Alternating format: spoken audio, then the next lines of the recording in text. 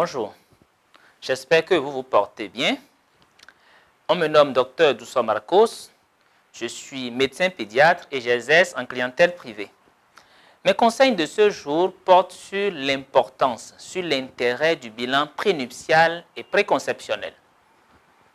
Avant de consentir à une relation, avant de vous marier ou d'avoir un projet d'enfant, cherchez à connaître entre partenaires votre groupe sanguin, l'électrophorèse de vos hémoglobines pour le dépistage de traits de la maladie qu'on appelle drépanocytose.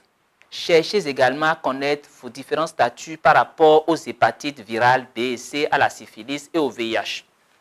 Le bilan prénuptial vise à prévenir à votre descendance des maladies héréditaires, des maladies contagieuses.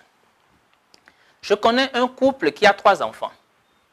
Le troisième, âgé de 4 ans, a été gravement malade avec une anémie sévère. Après les analyses, on a su qu'il avait la maladie qu'on appelle la drépanocytose.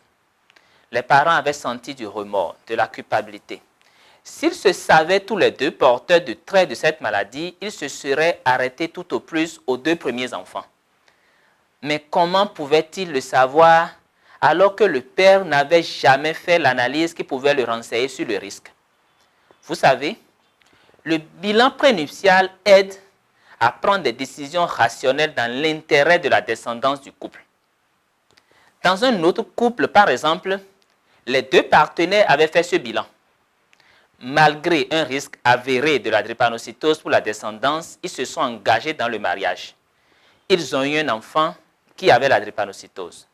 Ils étaient un peu déçus, certes, mais leur enfant a été dépisté très tôt à l'âge de 6 mois.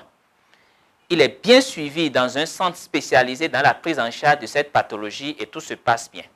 Dans le cas de ce couple, le bilan des parents nous a aidés, nous agents de santé, à un dépistage précoce de la maladie et à assurer à l'enfant un meilleur suivi. C'est vrai que d'autres partenaires porteurs de traits auraient décidé de se séparer pour tenter d'éviter toute contrainte, comme on le dit vulgairement, éviter tout problème. Le but du bilan prénuptial ou du bilan préconceptionnel, a priori, n'est pas de vous séparer. Un bilan préalable à une union ou à une grossesse peut révéler l'un des partenaires du couple séropositif au VIH. Les partenaires ont le choix de se séparer ou de poursuivre la relation.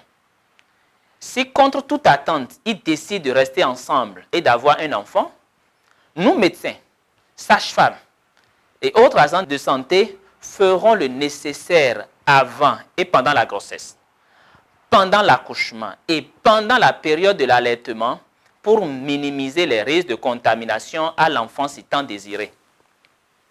Avant de consentir à une relation, de vous marier, avant d'avoir un enfant, vous pouvez aller à l'église, à la mosquée ou consulter le FA. Mais n'oubliez pas surtout de nous consulter. En tant que médecin, nous vous guiderons, nous vous aiderons. Je vous prie de passer ces conseils aux adolescents, aux jeunes adultes, à tous les futurs parents. Et que nous soyons futurs parents ou parents, nous avons l'obligation de préserver notre santé pour préserver celle de notre partenaire et par conséquent de notre descendance. Je vous remercie.